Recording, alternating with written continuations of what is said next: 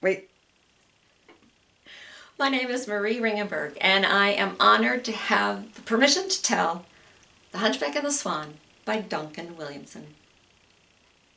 Long ago in Scotland, a swan flew frightened to a distant lake. She hid among the reeds as her heart quieted.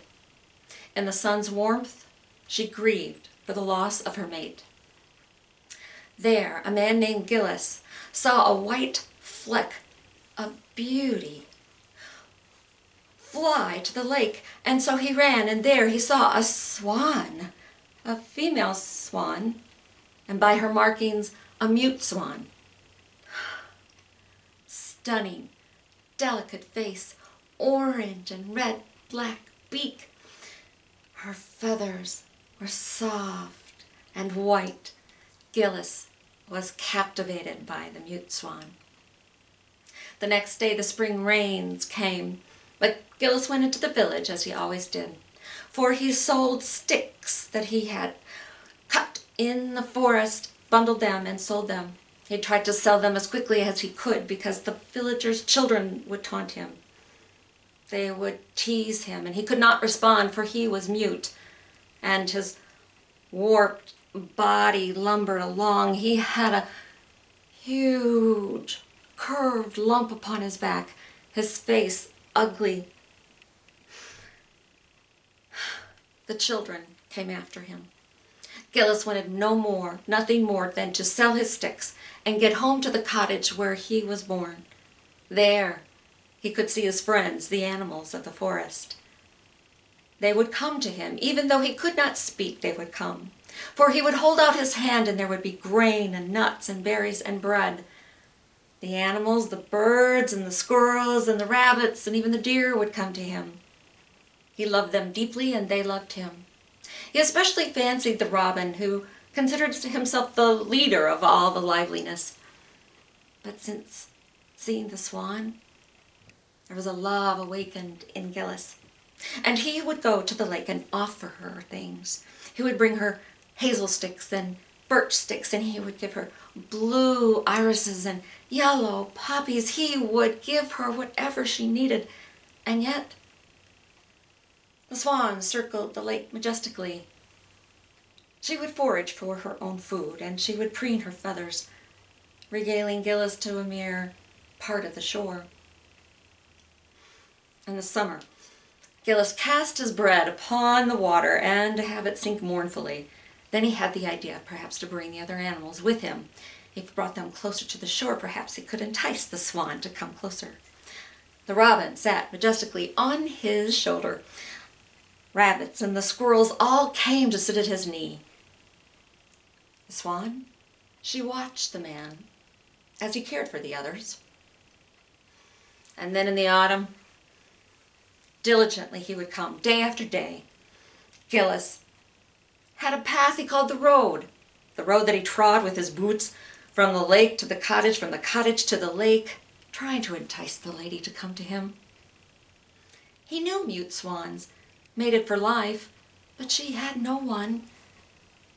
But he could no more talk to her than she could talk to him.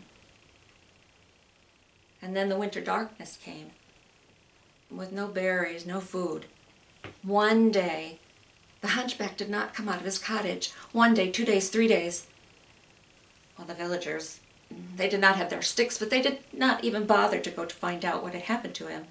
The animals wondered. The swan as well. Where was he? What has happened to him? Is he hurt or even injured? Robin decided that he would go to the cottage.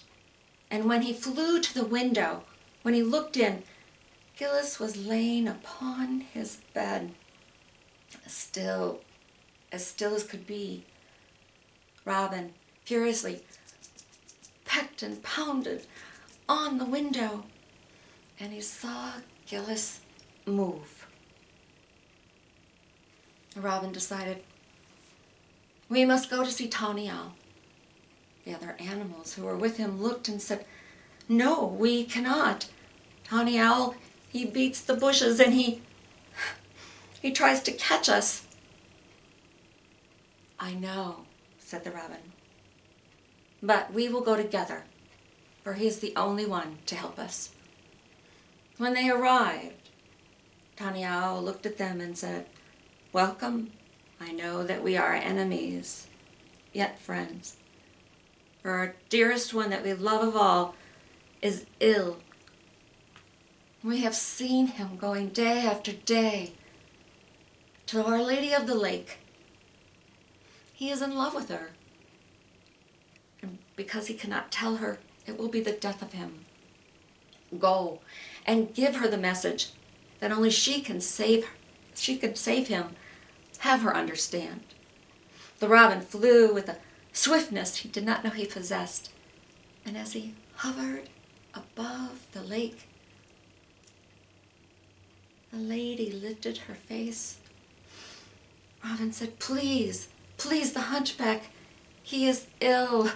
He loves you so. Did you not see the offerings that he had for you? You, and first, last, and foremost for you. Please come, for it would mean the death of him." The swan, she thought, he loves me? I did not know. I did not know. He gave offerings to all of the animals, but he loves me. And the truth of it pierced her heart. She spread her wings and followed Robin. Robin took her to the cottage, and he perched on the window, and the swan pushed open the door. Gillis, alone and on the bed, moved. He heard the door open and close, and then he looked up, and their eyes met. The swan came and put her head upon his chest. The little animal said, "Robin, Robin, what has happened?" And he said suddenly, "Oh, the lady of the lake, she has accepted him." And a flurry of gladness went throughout the forest.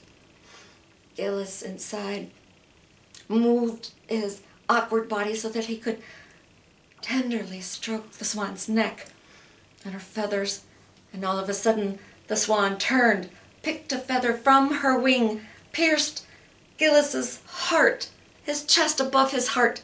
Blood dropped down, but Gillis did not feel the pain. He was covered with white feathers, and his neck grew long, and his hunched back became a great strong pair of shoulders and chest, his arms, wings.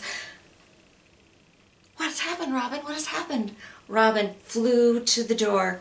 2 swans emerged, female leading male, and the lady of the lake flew with her faithful knight. They were together at last. In springtime there was a curious villager who wondered about the hunchback who had sold sticks. She went to the forest, found a cottage that was empty, abandoned. She was going to close the door when 5 baby swans came out. Delighted, she went and looked, and they went to the lake, and then she saw and found 2 swans with their necks intertwined. As she stood there, robin and deer and other animals came, and together as one they thought, "How eloquently the swans speak their love."